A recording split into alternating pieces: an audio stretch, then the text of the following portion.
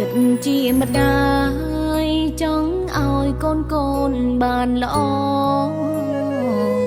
មានកន្លងធម៌មាគាជីវិតប្រពៃមិនចង់បានការតបស្នង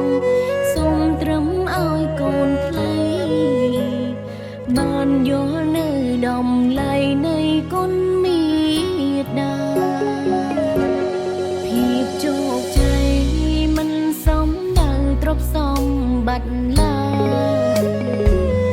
សំខាន់ផ្លូវចិត្តធូរស្បើយគ្រួសារបានល្អមានញាតិមិត្តជុំវិញខ្លួនដែលមានចិនស្មងសទើបហៅថាបវរក្នុងជីវិតជាមេត្តាដៃ100ដងពាក្យគេថាដៃម្ខាងធ្វើការដៃម្ខាងម្ដាយបីកូនញីដឹកនាំកូនដើរជំនួយមិនថាទូក្តៅរងាហ៊ានពុំពីគ្រប់យ៉ាងមិនចាញ់បរងជាមនុស្សម្នាក់ដែលស្មោះត្រង់ជាមួយគោលដៅការងាររាក់ជ្រៅបំពេញដោយភាពម៉ត់ចត់ឆ្ពោះទៅមុខជានិច្ចគ្មានឡើយពីងថាហត់រហូតរៀងបំផុសនេសានផ្លា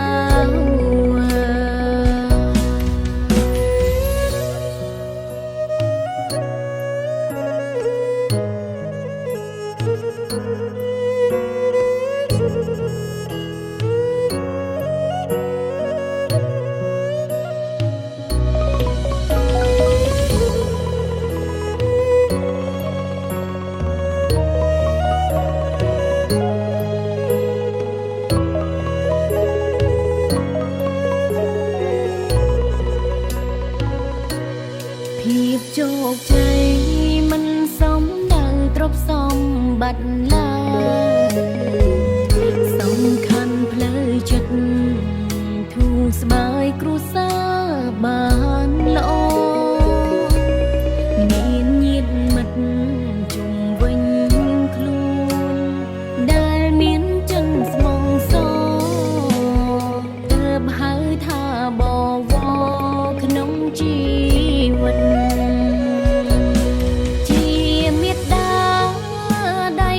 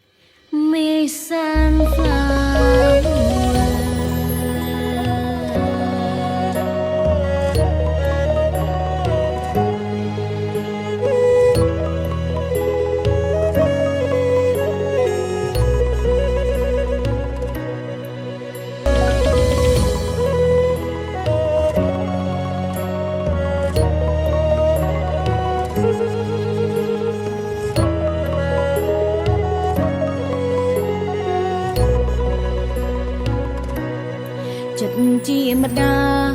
យចង់ឲ្យកូនបានល្អមានកន្លងធម៌មាគាជីវិតប្រពៃ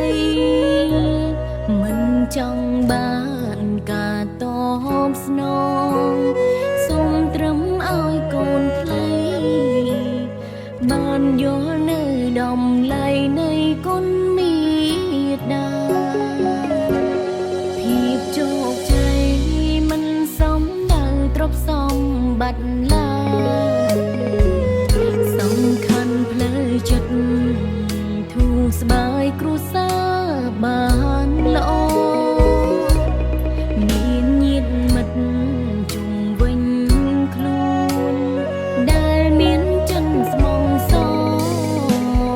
ទើបហៅថាបវរក្នុងជីវិតជាមេត្តាដៃ100ដងពាក្យគេថាដៃម្ខាងធ្វើការដៃម្ខាងម្ដាយបីកូនញីដឹកនាំក៏ដើរជុំនួយមិនថាទូក្តៅរងាហ៊ានពុំពីគ្រប់យ៉ាងមិនចាញ់បរងជាមនុស្សម្នាក់ដែលស្មោះត្រង់ជាមួយគោលដៅការងាររាក់ជ្រៅបំពេញដោយភាពម៉ត់ចត់ឆ្ពោះទៅមុខជានិច្ចគ្មានឡើយពីងថាហត់រហូតរៀងបំផងនេសានផ្លា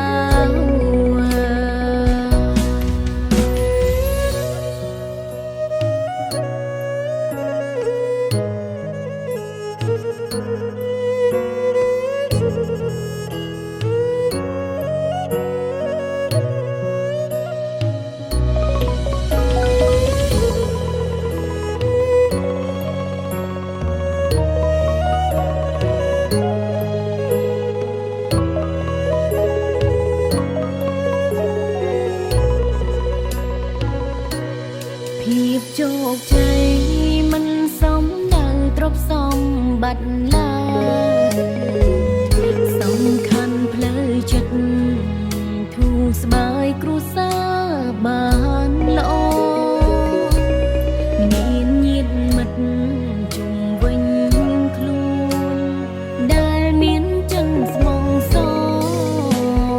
ទើបហៅថាបវរក្នុងជីវិតជាមេត្តាដៃ100ដងពាក្យគេថាដៃម្ខាងធ្វើការដៃម្ខាងម្ដាយបីកូនញីដឹកនាំក៏ដើរជុំនួយមិនថាទូក្តៅរងាហ៊ានពុំពីគ្រប់យ៉ាងមិនចាញ់បរងជាមនុស្សម្នាក់ដែលស្មោះត្រង់ជាមួយគោលដៅការងាររាក់ជ្រៅបំពេញដោយភាពម៉ត់ចត់ឆ្ពោះទៅមុខជានិច្ចគ្មានឡើយពីងថាហត់រហូតរៀងបំផងនេសានផ្លារហូតរៀងបំផង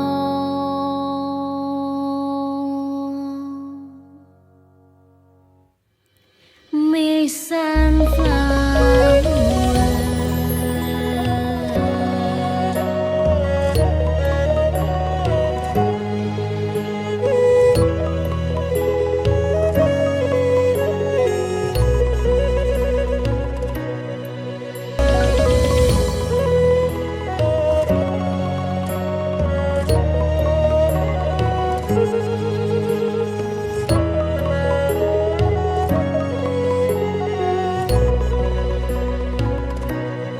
ចិត្តជាម្ដាយចង់ឲ្យកូនបានល្អមានកន្លងធម៌មាគាជីវិតប្រ